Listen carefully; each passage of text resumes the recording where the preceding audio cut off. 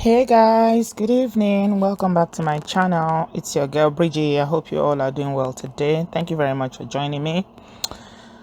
I just had to share this story with you, and I'm sure most of you would have seen the obituary of this lady. Her name is Mrs. Ibidun Ajayi, Ighodalo, and she was 39 years old when she died last week. She was a former beauty queen. She was Miss Joy, and it happened very tragically where she was working in a hotel in Port Harcourt. Now, I didn't get to know about this lady while she was alive, but since she died, I've seen so many pictures of her on social media and so many posts and so many truly remarkable stories that people are sharing about this young, very young lady. And I decided to look into it closely. And apparently she was married to Pastor Ighodalo, who is the pastor of the Trinity House Church, and they've been married for about 12 or 13 years. They've been married, and she had issues for so many years because she was not able to carry a baby naturally. And I watched this interview that she did with Adesuwa, where she was saying that. But you run a foundation now for people waiting with babies. Tell me about that foundation, Ibidun. Ibidun Ighodalo Foundation. It was born out of pain. When you've waited, when you get married, you expect, like my auntie said, you expect to just have children and everything just works out fine for you. But when you start to wait, first year you're not pregnant, I honestly thought first 6 months I would be pregnant. Yeah, because you're a good girl. But I just thought, okay, it will come. So I waited a year, 2 years, and I started getting worried. Like, what's going on? But your husband wasn't? No, he wasn't. He still isn't. He keeps saying, what, God's going to do it. And whatever God is going to do, let it be left undone. So I held on to that. But as a woman, you would never want to sit down and not do anything. So I got worried, I go to the hospital. And I've been on this journey for 11 years now. It's been tough, especially because in our society, they don't spare you. But when you're waiting on God for a child, you're so sensitive that the little things that people do get to you. They might not even know that it's getting to you. And everybody's running around doing school runs. Your friends, you got married together, are going to, you guys are together, the kids are coming to yours. And you get back home at night and it's just you and you alone. Pain after going through IVF 11 times.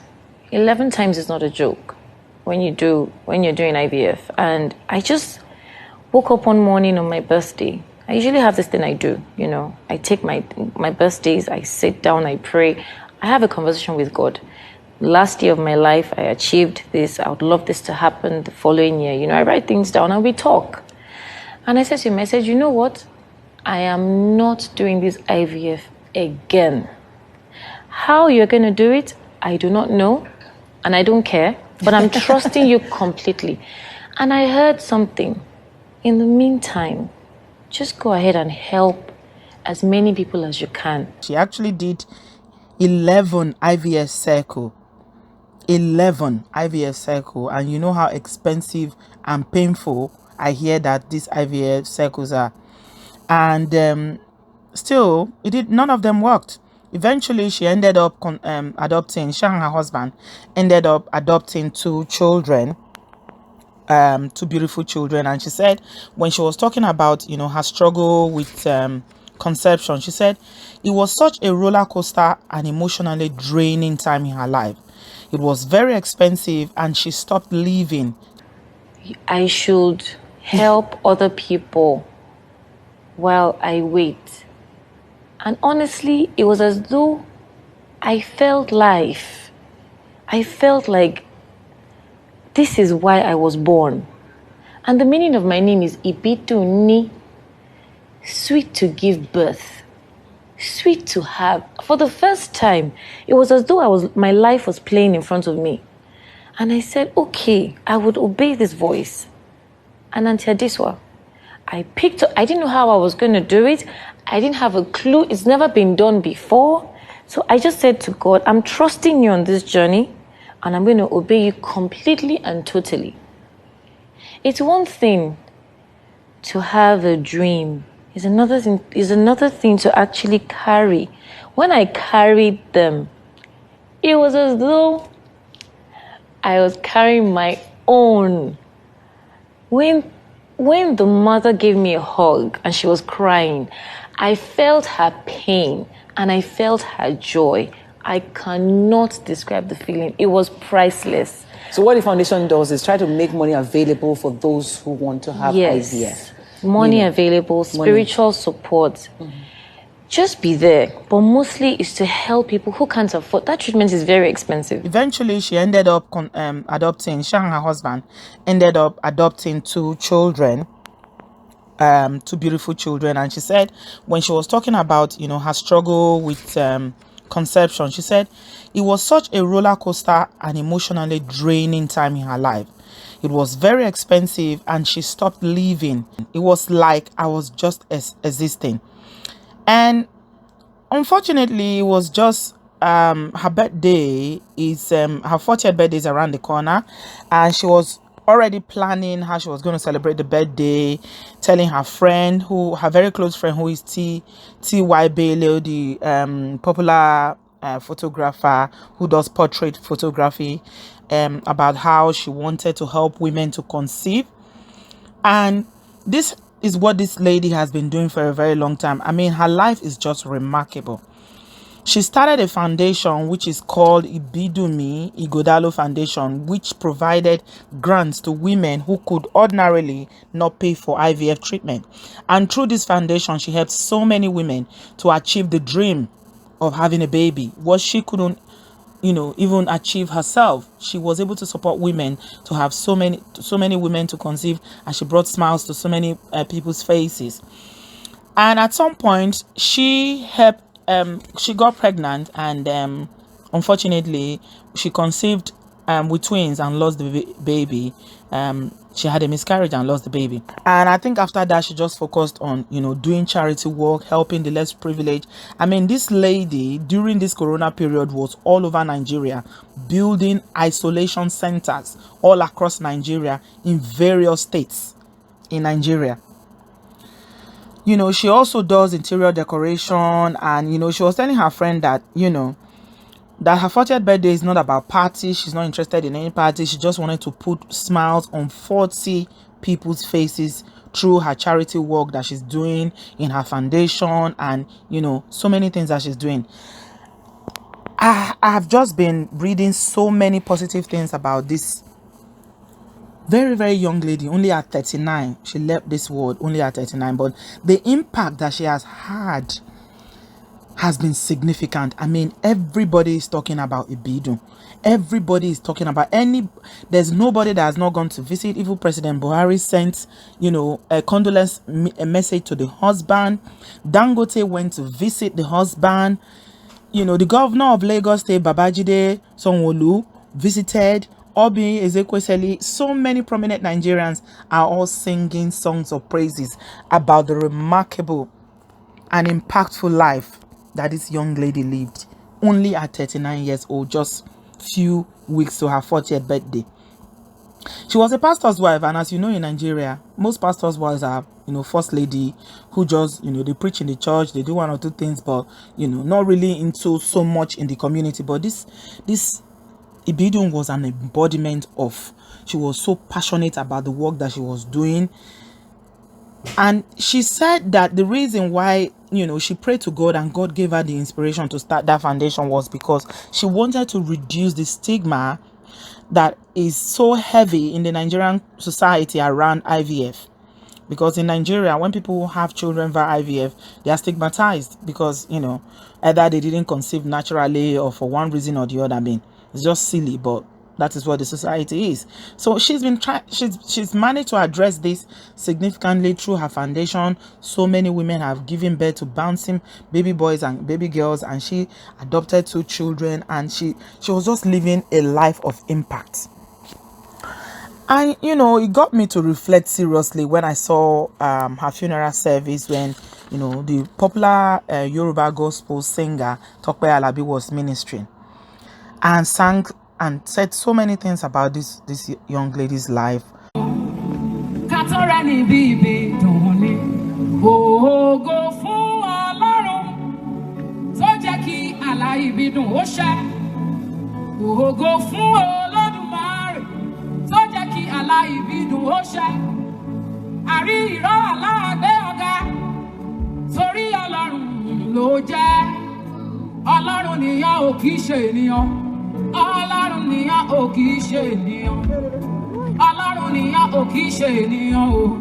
It seemed like she lived for a very, very short time, but the impact that she had was so massive.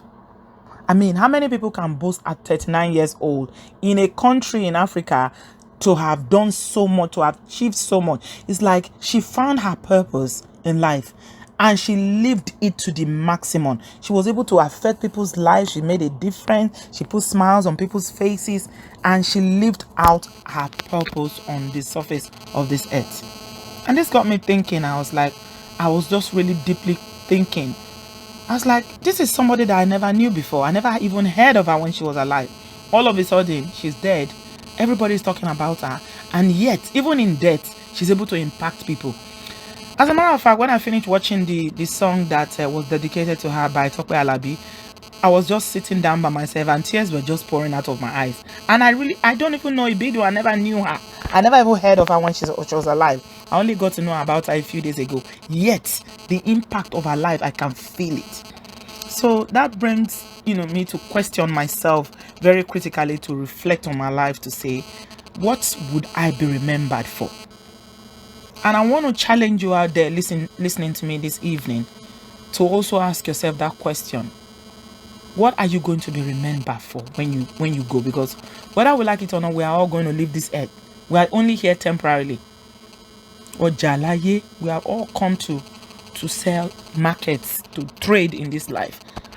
Or Hunile, we are all going. And the thing about life is that you never know when you're going to go. It's not because of age. It's not by age or by gender or by anything. Anybody can go at any time. It is God that gives life. But for the period that we have on earth, what are we doing? And I heard the ministration that the husband, who was so brave, because even the day that he received the news about the death of this very beautiful, beautiful woman, who was not only beautiful on the outside, but also beautiful on the inside, with a heart of gold, he still went to minister. And somebody made a comment on social media and said, the day he ministered in their family members' funeral, that Pastor Ituan said, there are only 2 things in life. It is when you are born, dash when you die. And that period, the dash, is the period that you have to make your life count, to make your life impactful. So what you do between the period that you are born and the period that you die, that dash period is up to you. It's totally up to you. So, I just want to challenge every single one of you listening to the sound of my voice today, that this is such an inspiring story. Even though it's tragic, it's a great loss to not only her husband, her children, her close family, her church, and the whole Nigeria. Like I told you, everybody in Nigeria is posting about this lady. She has touched so many people's life in so many ways that her life meant so much to so many people. So even though it was a tragic loss, it was a death that was so sudden, yet she was able to impact. In 39 years, she was able to impact people's lives so much. She was able to make such a huge difference. So I'm asking us to challenge ourselves today to think, not only just thinking narrowly about ourselves alone, our life alone, what our dreams and our aspirations for ourselves and our immediate family, but how are we going to be remembered? When we leave this earth, are we going to be remembered for someone who was all about me, and what I can get?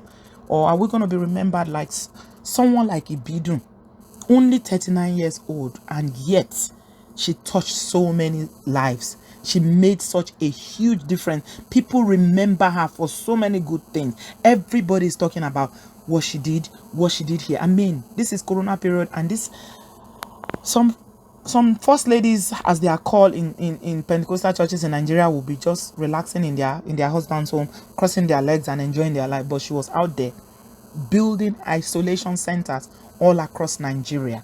Oh my God. So guys, I'm just going to leave it here with you today. That, we mourn with the family, and may her soul rest in peace. But also, we also celebrate the life that she lived. She lived a life that is worth emulating. And I challenge you today to think deeply and think positively about how you and I can live our steps on this earth. When we go, what would you and I be remembered for?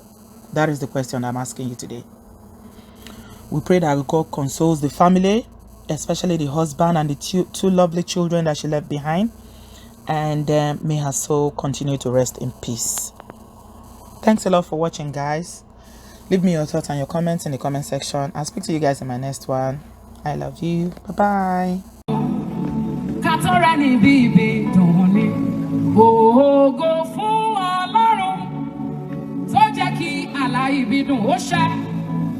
Ògo fún Olódùmarè tó jẹ́ kí àlá Ibidun ó ṣẹ.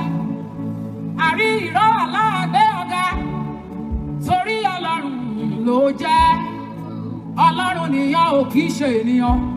Ọlọ́run nìyàn ò kìí ṣe ènìyàn. Ọlọ́run nìyàn ò kìí ṣe ènìyàn.